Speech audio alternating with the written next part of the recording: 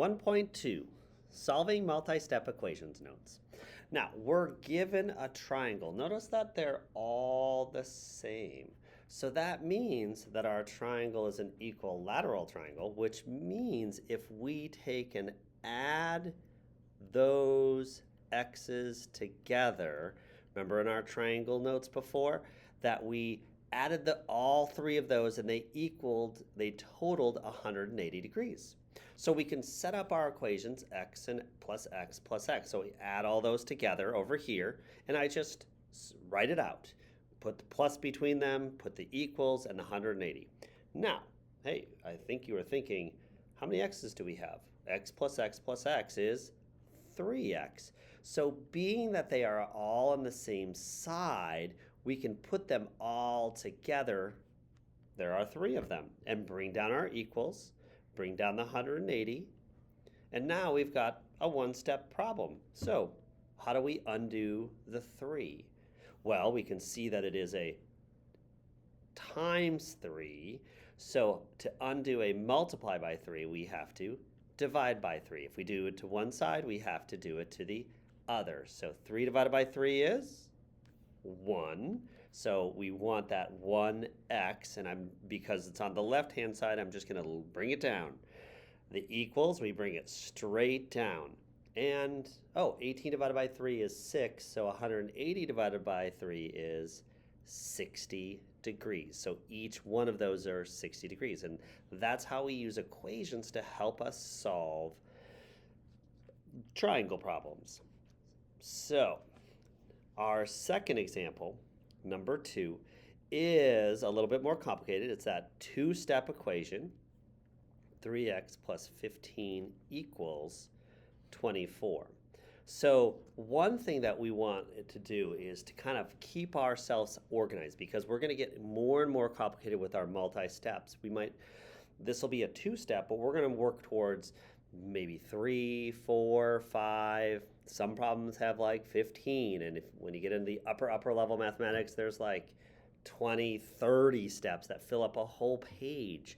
So what we want to do is keep that organization, and how we think about that is keeping that equal sign right and bringing it straight down. And anything on the left-hand side stays on the left. Anything on the right-hand side that was left over, we bring on down.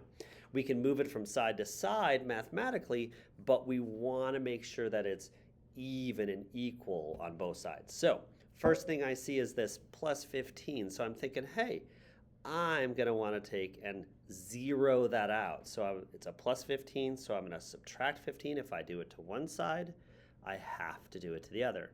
So that zeroes out over on the left-hand side, and I see that 0 plus 3x is 3x, so I'm just going to bring that down.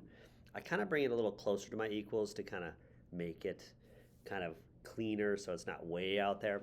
So that 3x on the left-hand side, and 24 minus 15 is 9. And then to cancel out that multiply by 3, I divide by 3. And notice again, I'm using that divide bar, not the dot dot. I use a lot of times when I'm doing some sideline fraction work. But when we're solving equations, it's better to use that divide bar. And because we can see 3 divided by 3 is 1, it's easier on our understanding of our math, our fractions, to help us use and solve that. So bring down that x, bring down the equals right in the middle, and 9 divided by 3 is 3. So x plus 3 makes this original equation true when we solve it. Now our third example is a little bit more complicated. And as we write the original down, we want to kind of notice some things. What do we notice when we write it down? Well, I'm noticing, I have some x's and more x's, and I kind of have a bunch of extra problems or extra numbers on both sides. So remember, we're going to keep that equal sign and bring it straight down. So being that these are on the same side, if I added 8x to one side, I have to do it over here, add 8x. And if I add 8x over here, that doesn't help me with getting those x's together. So we have to be careful about that. And when it gets more complicated, we want to make sure we kind of think about things before we do them. So they are actually on the same side, so I can just add them together. So -8 plus 6 is -2, and they're both x's, so -2x. Bring down my -25, or subtract 25. Bring down the equals. Notice I put it right underneath the other equals, and 35. So anything we didn't use, we just bring on down for the next steps. So now, oh, it's just a two-step problem. So I'll zero out this -25 with a +25. If I do it to one side, I have to do it to the other. And that zeroes this out. I see that my -2x is on the left-hand side, so I'm going to bring it down and just leave it there. Bring down my equals, and 35 minus 25 is a -10 because there's more negatives left over. So now to undo, wait a minute, what operation is this? Is this a subtract 2 or a times 2? Remember, a subtract would look like a -2 plus x. Wait a minute, that doesn't, oh yeah, it is, because I can switch them around and put x plus a -2.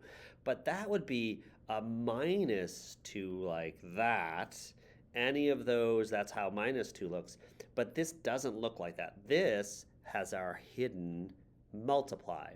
So we want to be able to think about those pieces when we're solving. So when I wrote this down, I was thinking, there's a hidden multiply as I wrote all these down and thinking about those other things. So to undo a multiply by -2, we divide by a -2. Because the negatives cancel out and the 2's cancel out. If you do it to one side of the equation, you have to do it to the other. So on the left-hand side, we bring down that x, bring down the equals. Negative divided by negative is a positive. 10 divided by 2 is 5. So it's a +5. And that is how we solve multi-step equations, by combining like things on the side that those like terms are.